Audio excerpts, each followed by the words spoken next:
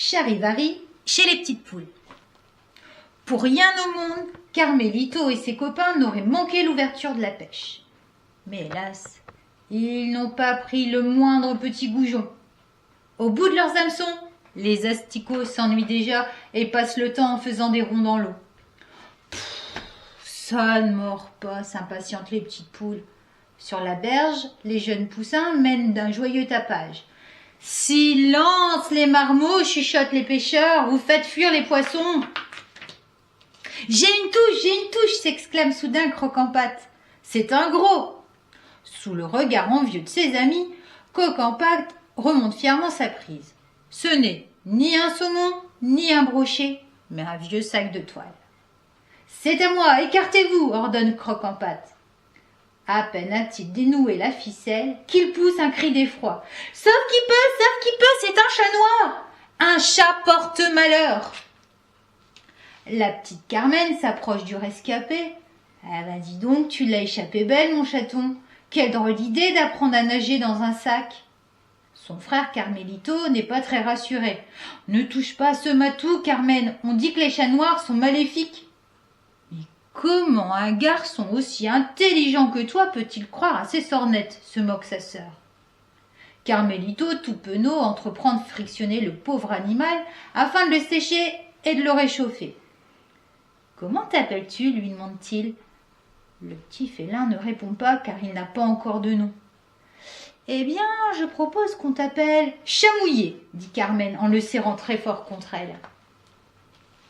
Le chat noir leur raconte qu'il est venu au monde au moulin des 4 vents. Tous mes frères et sœurs avaient le pelage tigré, sauf moi. Je ronronnais de plaisir lorsque maman chantonnait à mon oreille. Qui est ce chat, ce pacha, ce beau prince que voici? C'est mon petit chat dans sa belle chemise de suie. Mais ce matin, le meunier m'a découvert et sauvagement arraché à ma maman. Fils du diable, je vais te tuer avant que tu n'apportes le malheur dans ma maison. Puis, il m'a ficelé dans un sac et jeté dans la rivière. Le retour de Carmen et de Carmelito est salué par des cris horrifiés. Quel charivari! Nom d'une coquille, regardez, il ramène ce chat noir! Enfer et crotte de poule! Les chats noirs, c'est comme le chiffre 13, ça porte malheur.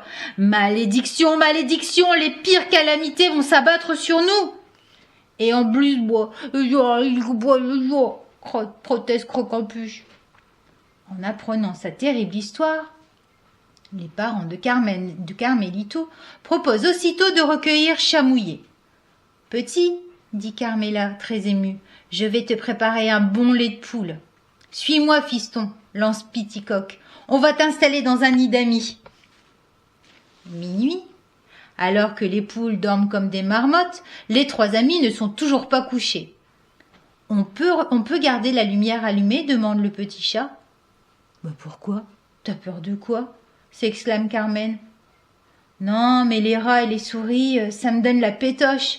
D'ailleurs, j'en flaire un qui n'est pas très loin d'ici. » Carmen le rassure. « Crois-moi, petit chat mouillé, un jour tu deviendras le plus redouté, le plus respecté des chats.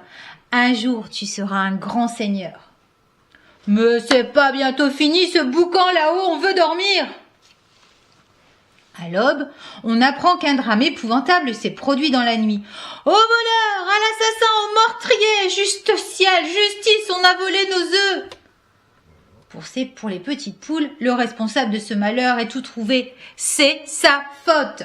Vagabond, chat sans maison, lui crie méchamment Cul de Poule. Tu n'as rien à faire au poulailler, tu n'es qu'un chat-nu-pied.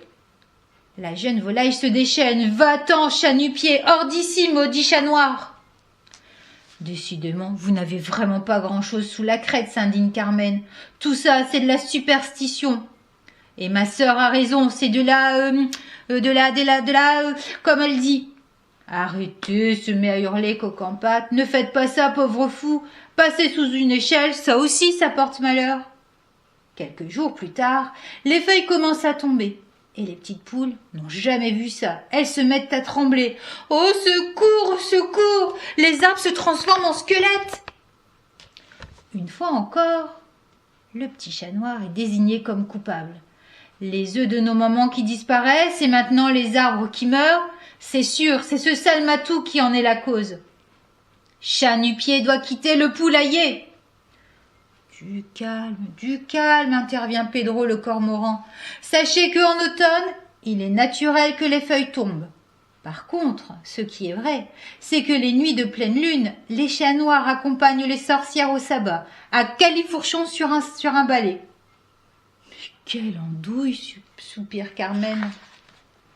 Durant les semaines qui suivent, Carmen et Carmelito aident le minou à vaincre sa peur des rats et des souris. Bref, à devenir un vrai chat.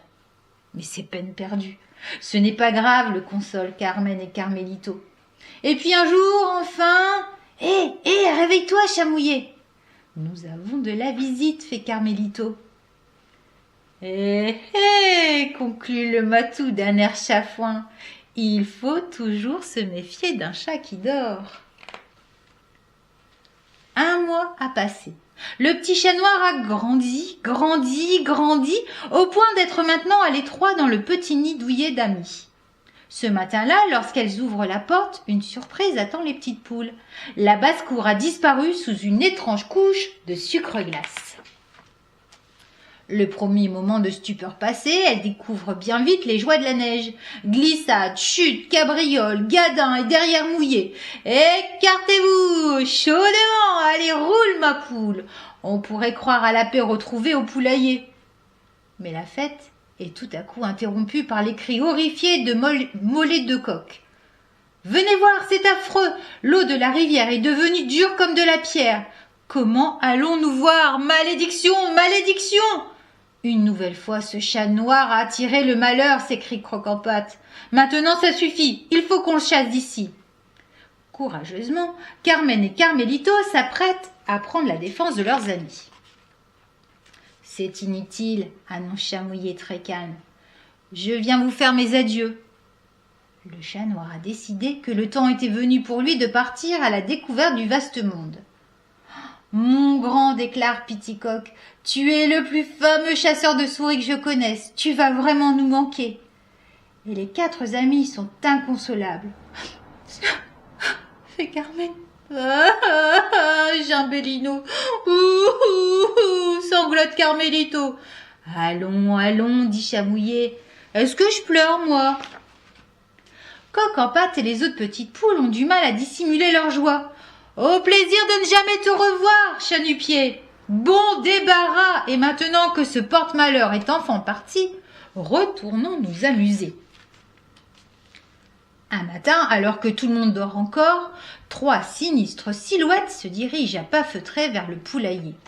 C'est le féroce Ratilla et sa bande, des maraudeurs sanguinaires, des pillards de la pire espèce. Sentez-moi ce fumet, les gars, dit Ratilla. Il y a dans ce garde-manger plus d'œufs que nous ne pourrons en gober. Allons-y. Personne ne bouge, c'est un hold-up. Surpris dans son sommeil, Piticoque ne peut voler au secours des pauvres poulettes terrorisées. La sauvagerie n'épargne pas les petits qui croient leur dernière heure venue. Pas un cri, les mômes. Le premier qui ouvre le bec, je saigne. Les mamans poules assistent impuissantes au vol de leur bien le plus précieux. T'as de beaux œufs, tu sais.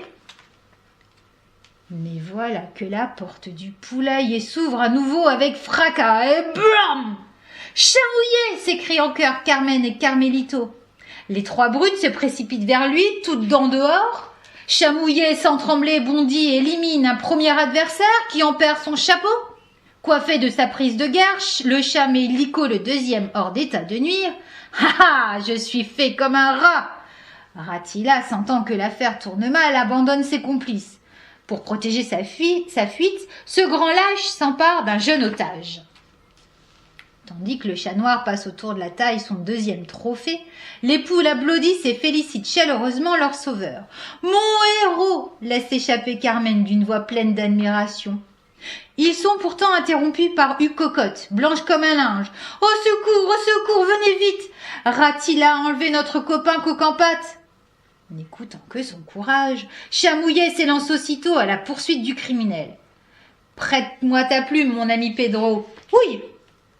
Carmen et Carmelito, suivis de Bellino, courent aussi vite que le permettent leurs petites pattes. Ils tremblent à l'idée qu'on fasse du mal à leurs gros copains. Alors ils s'apprêtent à pénétrer dans la forêt.